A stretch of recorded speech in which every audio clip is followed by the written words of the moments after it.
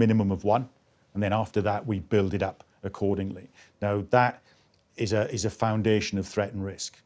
That could be in relation to international events, it could be in relation to a local event.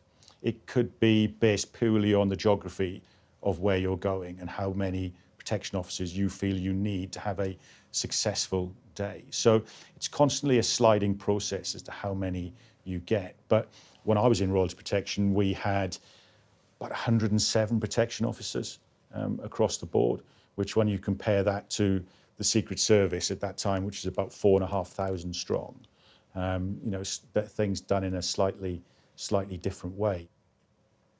I know it probably changes day to day, but could you give an insight into what a day in the life of a royalty protection officer might look like?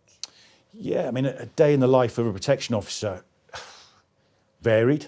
If you were to follow a protection officer around for a month, you'd most probably find it extremely boring, because you spend a lot of time in meetings. You spend a lot of time on the planning table going through the what ifs. The last 12 months, we've seen 3 large state occasions, from the Queen's Platinum Jubilee through to the Queen's funeral and then the King's coronation.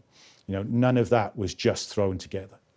As people talk about Operation London Bridge has been in place since the 1960s, constantly being evaluated, constantly evolving. It's the similar mentality when you're planning a royal visit, whether that be an occasion whereby we're going to open or close something, or indeed on a much smaller scale, but still the same level of planning, if this is a private visit.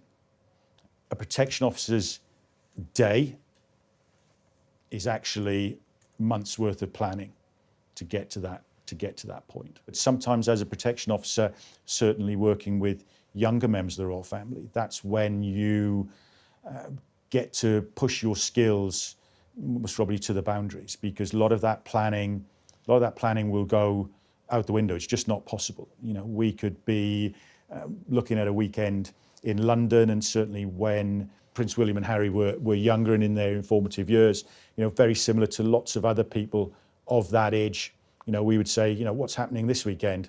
Don't know yet. Okay.